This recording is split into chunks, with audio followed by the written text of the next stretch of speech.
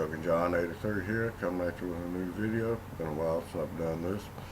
The video I'm going to be talking about today, it's got to do with gun control. I saw a story today on a website I frequent.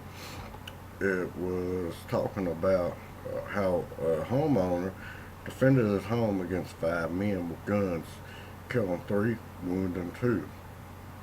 The reason I wanted to share this story, just to remind you of how important your Second Amendment is. So while also sometimes you need more than a handgun, that's also another reason I wanted to do this video. So the guy that fended off his house had an AK-47. AK-47 holds 30 rounds when full. It's a military style weapon and it's automatic, which means as long as you're holding that trigger down, it's going to fire. Which is, like I said, it's a military weapon. It's a military style of the AR-15, which is a civilian weapon. It also holds 30 rounds when full, but it's semi-automatic. I'm sure you've heard about how an AR-15 is a military weapon, which it's not. It's semi-automatic, so it means that it's only going to fire if you pull that trigger. So anyway, this isn't about whether the guy should have a military weapon or not. It's about why civilians should be able to have a high capacity gun. So a lot of people would have you believe you don't need anything bigger than a handgun for home defense, but this video proves different, because what if you have a situation of more than 1 or 2 intruders? The highest capacity for a handgun that I saw was a Springfield. It holds 19 rounds, and it's a handgun. So if you have 2 people, that might be fine, but with 19 rounds, that only gives you 3.8 shots per person. And if you're, unless you're, a pretty big hot shot and you can hit every shot you aim for, you might have a little trouble, especially say it's dark or not well lit. But then, if you had an AR-15 or an AK-47, which got 30 rounds, gets you 6 shots. So you pretty much just doubled your shots per person. So I'd rather have more rounds to save my loved ones myself.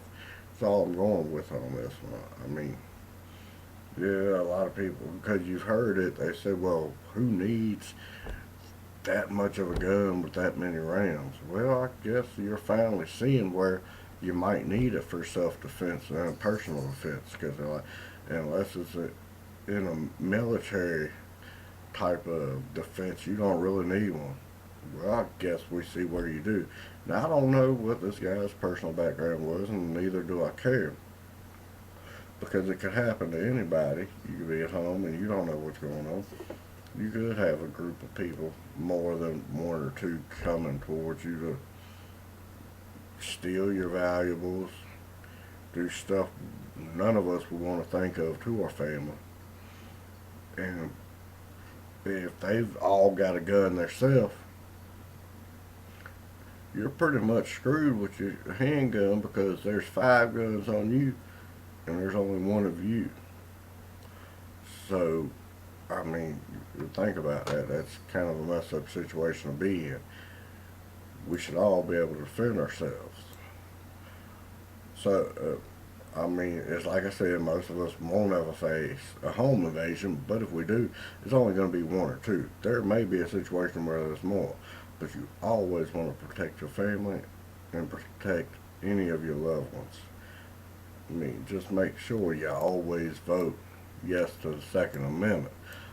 Because the government will have you thinking, yeah, you don't need a gun, you got police to protect you, you got us to protect you. But when it counts, I've had the police say that when seconds counts, we'll be there in minutes. So once stuff goes down, you're on your own until the police gets there. And what if you're being held at gunpoint? you can't get a hold of the police.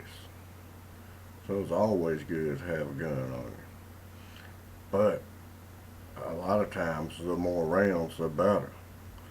Because, like I said, unless you're a top shot, hot shot, like a little handgun's fine, and that's fine. But you need at least an extra magazine for that. But if you are legally able to go bigger, bigger's better at home. I can get a handgun for personal use, say going to the store or something. Take something little. But if you're at home and you're defending your property, your family,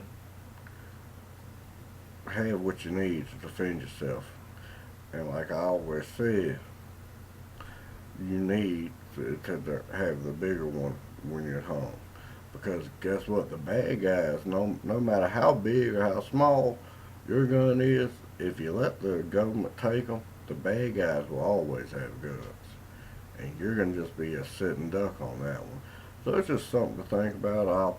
I'm going to post this video on my video, but at the same time I will post a link down below. And like always, like, comment, share, and subscribe. And let's just give you a little something to think about. Think about defending your family. Think about yes all the time to the Second Amendment. Thank you. Let me start this video by saying, fair use, fair use. It's an unbelievable story out here in Southeast Houston. We're just a few blocks away from what was a wild scene through the night and into the early morning. I asked this homeowner how he took down these 5 men in what was described as a shootout by him. He told me it's because he had a fully loaded AK-47. Bright crime scene tape floats across homes on Sherman Drive in Southeast Houston. What's left behind from a suspected home invasion? 3 men shot dead, 2 others hurt. Police say they were the perpetrators. The homeowner, it appears, defended himself. Early this morning at the scene, family members breaking down as they learned it was their loved ones who were killed by the homeowner.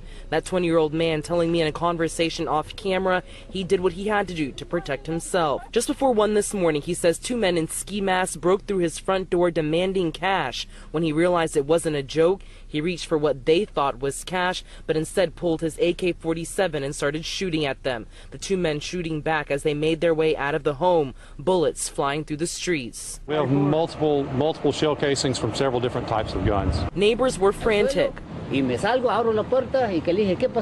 come outside, open the door. I ask my neighbor what happened. He says, he tells me they want to kill me, and he starts running around. And that homeowner, Tom, who's just 20 years old, tells me that he does not believe this was random. He actually found out that he knew these men in the past. In passing, he believes they targeted him for money and jewelry. 2 of those suspected perpetrators still in the hospital recovering this evening. Again, 3 of them dead. Police still very much so are in the early stages of this investigation. We, of course, will keep you up to date. We're reporting live from the east side this evening. I'm Stefania Coley, ABC 13 Eyewitness News.